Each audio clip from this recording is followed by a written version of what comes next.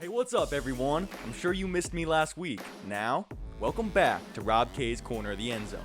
This is the 5th episode of my summer video series, which means we're officially kicking off the second half of an 8-episode journey that was originally designed to give all of you a little bit more insight into my football fandom, knowledge, and experiences. And now, as promised, I'm ready to transform the show by bringing on some very special, high-profile guests who, like myself, eat, sleep, and breathe the greatest sport on earth. At the tail end of last week, I had the chance to reconnect with the offensive coordinator of my freshman football team at Chaparral High School. His energy, attention to detail, and passion for the game were extremely evident even back then. But even I couldn't predict the rapid ascension he's made through the college ranks since making his leap to the next level. From his GA role, scripting practices and breaking down opponents' film at Arizona State, to blazing trails and setting school records at Memphis, and rewriting the history books in a one-year stint at Auburn, this coach has quickly proven himself to be one of the game's youngest and brightest offensive minds. Age really is nothing but a number. Let's welcome Florida State offensive coordinator and quarterbacks coach Kenny Dillingham to my corner of the end zone.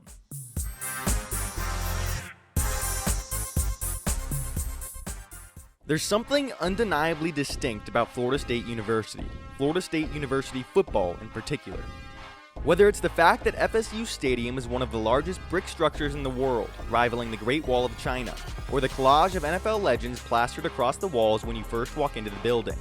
Faces like Primetime, Charlie Ward, Warwick Dunn, Derek Brooks, and Jameis Winston stand out, but there are so many other legends worth paying tribute to as well. It's one of the realities that instantly caught Coach Dillingham's eye when he was hired in December by former Memphis head coach Mike Norvell to be the offensive coordinator and quarterbacks coach of the Seminoles' resurgence on the gridiron. That is what Florida State is. You can feel the tradition. A tradition so powerful that it puts Coach Dillingham at a loss for words. It's just that feeling when you walk in somewhere and you just think. You're just like, just look around. That's the feeling that Florida State has. And that's why it's the blue blood of college football is because of that. Pair that feeling with a new and improved culture introduced by a first-year staff and two traits Coach Dillingham views to be his best: his authenticity and an unwavering desire to make everybody around him better. And it's obvious that something special is brewing in the Sunshine State's capital. We're going to be the best team in the country at stances. There's not going to be one wide receiver whose knee is not over their toe, not one tackle or guard who's not bending at his knees and getting in a football position, not one quarterback who's standing vertically. We're going to be the best team in the country at getting in stances. And that's not it. We're going to be the hardest working guys in the field, 11 guys in the ball every single snap, because all the other stuff is fluff. But that's got to be our mindset. Every play, we're going to get in the perfect stance because details matter. And every play, we're going to finish at the ball because effort wins. This is FSU's standard under Norvell, and it's a base that will allow the Seminoles' playmaker-driven offense to reach heights that fans in Tallahassee haven't seen for quite a while. An unprecedented offseason, though, chock full of Zoom meetings and virtual installs, makes the looming quest even more challenging. That's the one thing that, I'm sure every coach in the country is learning is all this meeting time. It's been great. We can talk about it on a whiteboard. Well, when you get out and do it, it's a whole different world. So that is what we're really missing, and that's the piece that, this fall camp and the walkthroughs that we get coming up, that's what we're excited for, is those physical reps and the muscle memory behind doing things. Coaches have tried simulating the ups and downs of success that typically come naturally during practice and live situations versus the speed and tenacity of a Division I defense. There's no way to fully evaluate where they're at, from a trust and development standpoint, until guys are tested in battle. The pressures are even greater for first-year players trying to make a strong first impression. When you walk in as a freshman, you have two choices. You can be scared, you can take a back seat, or you can hold your chest up high and say, I'm going to outwork everybody. Everybody's going to see me work. Everybody's going to see my passion. Everybody's going to see my drive. And when you have that, it instantly gives you that credibility with your teammates that, if this guy's on the field, we can trust him because it matters to him. It's ultimately what led Coach Dillingham to entrust his complete faith in Auburn quarterback Bo Nix, who became the first true freshman last season to start their year under center for the Tigers since 1946. And it will be a paramount factor in deciding who lines up in the backfield for Florida State this fall. That's one of those things that you got to be around your teammates. I got to see you around your teammates. I got to see you in adverse situations. I got to see how you respond when things don't go your way or when things go your way. So I'm excited to see that with all of our quarterbacks. One aspect of the Seminoles offense that is currently working to the team's advantage is Coach Dillingham's inherently robust relationship with Coach Norvell. He's viewed the latter as his greatest mentor and a big brother of sorts, and sitting in on offensive meetings at Arizona State during the time that he was beginning to implement his own philosophies and touchdown-generating offense at Chaparral High School's varsity level. His biggest key?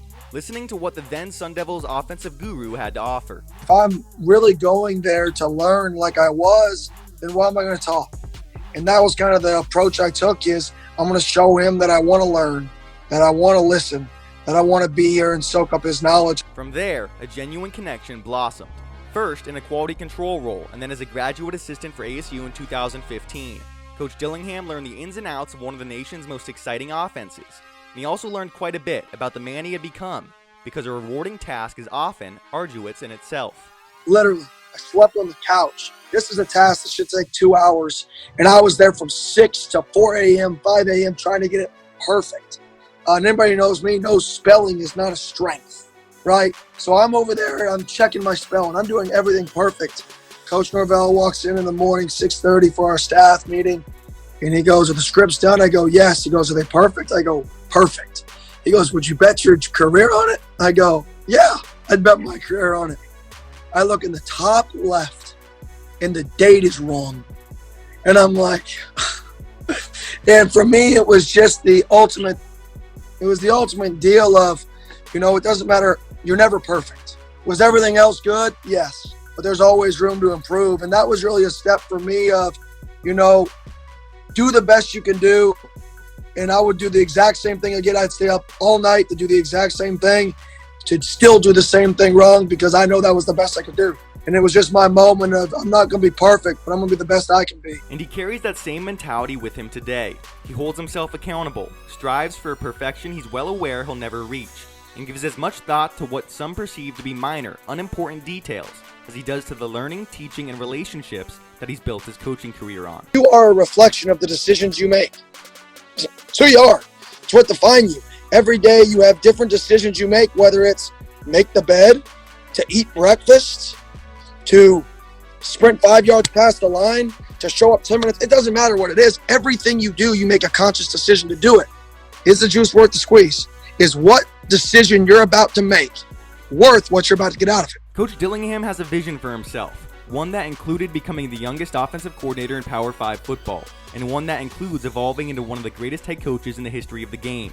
But he knows there's a certain path he must follow in order to attain his goals. You can't focus so much on the big picture that you lose sight of what matters. And it goes back to, the motto of our team is kind of the motto that you could use in every aspect of your life is climb. Just keep climbing. And if you keep climbing, eventually you'll get to where you want to go. So, what's his advice to the high school student athletes, specifically the junior and senior football players across the country who could potentially miss out on a year's worth of film and the opportunity to showcase their talents on Friday nights because of the ongoing COVID-19 debacle? Well, it's pretty simple. Control what you can control, and don't look too far down the road, because nobody can predict their future, but they can have a hand in creating it. I want somebody who I get on the phone and says, "Coach, I've just been going to work every day. Been working out on my own. I've been doing everything I can, so when the moment comes, I'll be the very best I can be." And I think that's going to define this football season, is self-driven individuals. We're going to find out what guys wake up every day and make that decision to get better. You don't know if you're going to play a game. That's the fun part. You don't ever know. But who loves it enough to get better? So how about that for a first guest?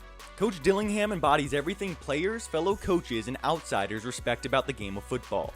He deeply cares for all of his guys and takes an approach to refining his craft that really puts into perspective how passionate he is about what he does. My bottom line, I couldn't be happier for a former coach of mine, even if I primarily played on the opposite side of the ball. Kenny's always had a knack for dialing up touchdowns. I'm talking touchdowns on top of touchdowns on top of touchdowns. I'm keeping my fingers crossed that we'll get to see more of that this fall in Tallahassee. Thanks to everyone for tuning in. Your continued support really does mean the world to me. I recommend keeping your eyes peeled for what's next. Now, let's connect.